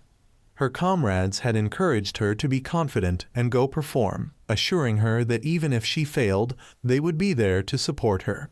Those words helped Jun regain her composure. Wolf then instructed Momo and Jun to use swords in combat rather than guns to avoid collapsing the cave. However, Jun still opted to use her gun, confident that she wouldn't miss. She had been practicing her marksmanship for a long time, determined to improve in battle rather than always relying on Momo. Meanwhile, Ryugo had his own approach, drilling into a rock to create a projectile to hurl at the enemy. Shizuka lured enemies into the water and electrocuted them all at once, while Yamato used a hoverboard to close in and take them down. However, the cave soon began to crack, and water started flooding in. The strategist devised a plan, but instead of Yamato, it was meant for Jun and Momo. The two were recharged and then created a gun that froze both the flowing water and the enemies on the surface. Meanwhile, the Queen acknowledged Arsham's kindness and strength. However, Dimir still believed Arsham lacked the power to stand against their enemies. Long ago, the Queen's homeworld was attacked by an overwhelmingly powerful foe. Knowing that her species was on the brink of extinction, She had a massive ship constructed to evacuate their people. However, she could only save 4% of the population, and so she resolved to find a new world to rebuild their race. To ensure her people's survival, she was willing to exterminate another species if necessary. It had been 3 months since Arsham's group had arrived and integrated into this community, and the queen now believed it was time to establish a nation here. When Arsham noticed Guide preparing to leave, she approached him, hoping he would accompany her on this path. However, Guide had no intention of becoming her bodyguard and refused. Meanwhile, the researcher informed the council that they had gathered 3 data fragments from destroyed shelters. If they could recover 2 more, they would have a complete route to the alien castle. However, seizing the fortress remained a necessity. The researcher and the chairman then met with the pilots to brief them on the plan to take the fortress. The initial step was to divide into 3 groups and land on the ground to approach the stronghold. Yamato knew that the enemy would throw everything they had to stop them, so they planned to use a jamming signal. This signal would cause the enemy to go berserk, rendering them unable to distinguish friend from foe, like zombies. Meanwhile, Grief summoned Guide. He revealed that he knew Guide had a brother who was a traitor, though Guide denied having any sibling. Grief wanted to test Guide and disclosed that he himself had killed Guide's brother. He wanted to see whether Guide harbored any resentment, but Guide showed no reaction. Satisfied, Grief assigned Guide to a unit tasked with fighting against the humans. At the same time, Yu and Misa had been trailing a scientist and discovered that the humans had a child who was a hybrid between Earth's people and aliens. Once the scientist left, they examined the child and realized that this could be the key to their species' evolution. However, just then, Teru arrived, forcing Yu and Misa to hide. In their haste, they dropped their communication device. When Teru visited his daughter, he accidentally found the lost device, which made him suspect that Murai's existence had been discovered by the aliens. Fearing for her safety, he immediately took Murai and fled. Yu and Misa decided not to report this to Grief yet. If Grief learned that they had let the target escape, they would be punished. Teru later took Murai to a nursery to be cared for in his stead. Meanwhile, the other pilots were enjoying their personal lives. Yu and Misa then met with Dr. Anna and Ryu to say their farewells, as they had been ordered to intercept the human forces before their attack on the fortress. For the first time, the two experienced human emotions and began to question whether they should continue fighting against humanity. Meanwhile, both Guide and Vals had arrived at the fortress the pilots were set to assault, joining its garrison. Elsewhere, Teru led Yamato and Ryugo to the nursery, where he finally revealed to them that he had a daughter with Minami. Teru hoped that this child would serve as a bridge between the 2 worlds. Yamato believed Teru's words, trusting him because he wasn't the kind of person who would casually share such information with his friends. Meanwhile, Yu and Misa had discovered that the child they were looking for was here, but they knew they needed to focus on their mission for now. However, they had not been taught how to hack into the ship's system, which led Yu to suspect that their superiors intended to use them as bombs to destroy the ship from within, as they had already been implanted with self-destruct devices. Before the mission, Yu wanted to visit a certain place. He went to the hospital to say goodbye to the little girl, as he might not return the girl. Knowing Yu was heading to the battlefield, ran to stop him soon after. Soon after, the ship officially approached the enemy's fortress, and the pilots were quickly deployed for battle. The robots were equipped to interfere with the enemy's recognition signals. Teru reminded everyone that the signal would cause the enemy to attack indiscriminately, meaning they could still be targeted. All pilots and robots were in battle, and at the same time, Arsham gathered the community to announce that she wanted to create a new path for her people. She envisioned a life of joy for her kind, like the one in this community, rather than focusing solely on strengthening their military. Her announcement was met with overwhelming support. Meanwhile, the pilots successfully split into 3 teams to begin their assault. The enemy quickly surged to block their path, but they could not remain hiding for long. The pilots charged forward, and soon they succeeded in breaking into the fortress. However, Yamato's team was the first to be surrounded. Realizing it was the perfect moment to use the jamming signal, Ryugo was still unsure if it would work. But once they stepped onto the battlefield, they were ready to risk their lives. Fortunately, luck was on their side, as the enemy, hit by the signal, immediately turned on each other and began firing randomly. Meanwhile, Yuyu and Misa had returned to the fortress. Neither of them believed they should fight against humanity, as they disliked the idea of their people using violence to dominate others. Yu soon discovered that the best pilot of the fortress had entered a robot to join the battle. Both Yuyu and Misa were puzzled by how, despite humanity's inferior technology, they had managed to hold their own until now. Vals approached and explained that they had once had a traitor in their ranks. Vals also wondered why they hadn't destroyed the human ship as ordered. Yuyu and Misa replied that they weren't pawns for him, and they were forgiven for disobeying the orders this time, with the commander urging them to join the battle soon.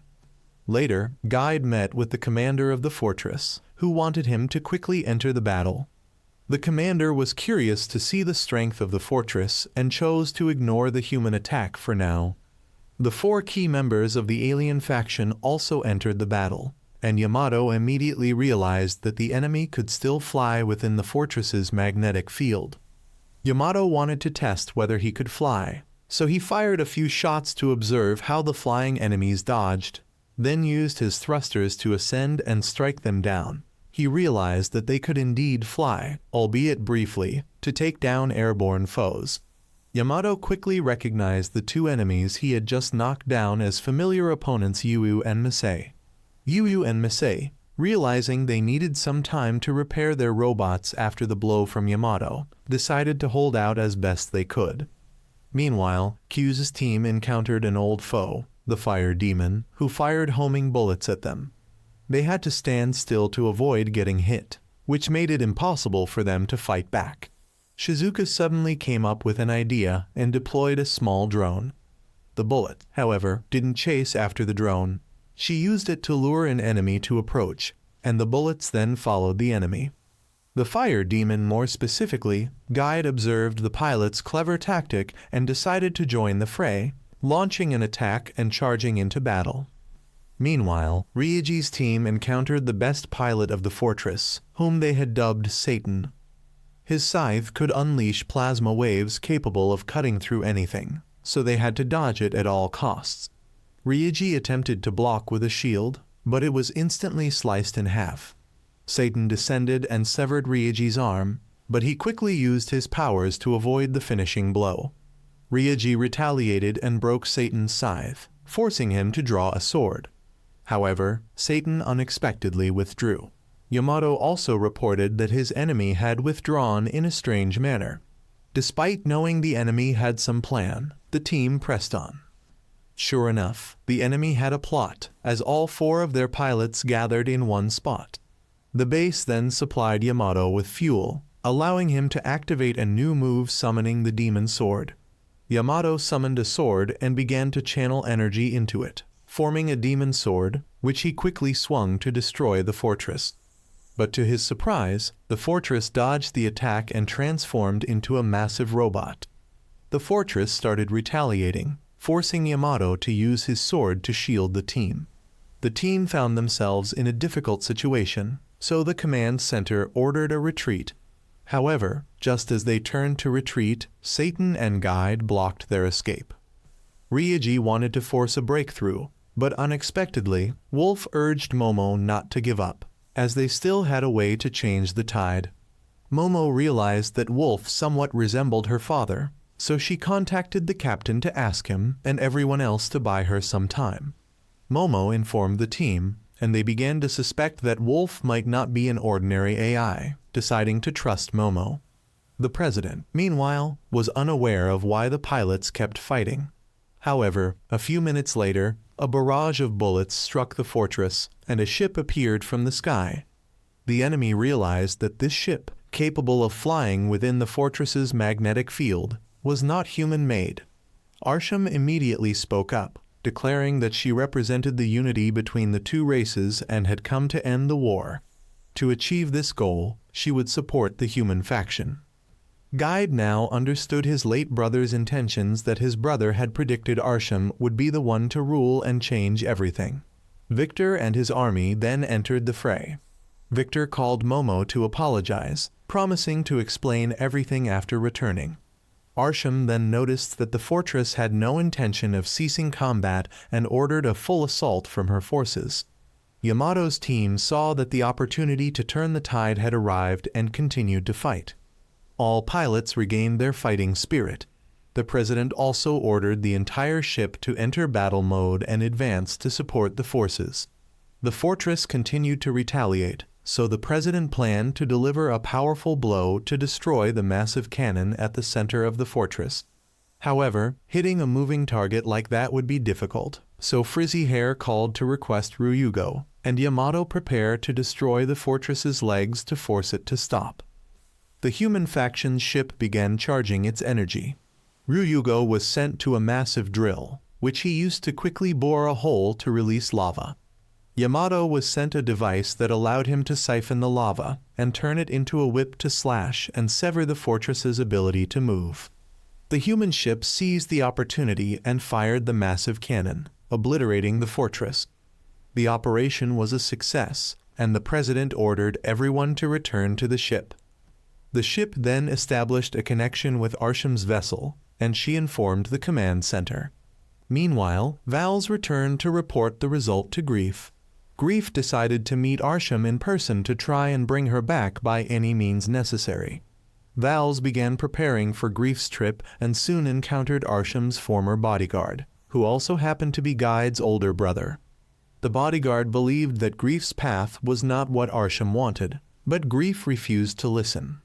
Vals has informed Guide that from now on, he will follow his orders instead of those from Grief. Arsham and Victor, now part of the same team, headed to the human faction's ship to meet the president. As stated in her previous message, she seeks cooperation between both sides and the unification of the two planets. She admits that the crimes her people have committed against Earth are unforgivable, but she does not want to continue senseless killing.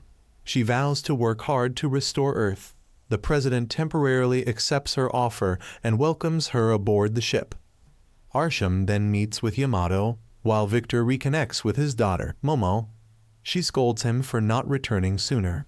Victor didn't want Momo to know that she had a father outside, as he feared she would try to find him. He believed this was the right decision, as Momo had found happiness here. Arsham and Yamato sit down to talk. Yamato reveals that not long ago, he still hated the alien race until he met her. Arsham, in turn, realizes that humans are not as barbaric as her mother had described.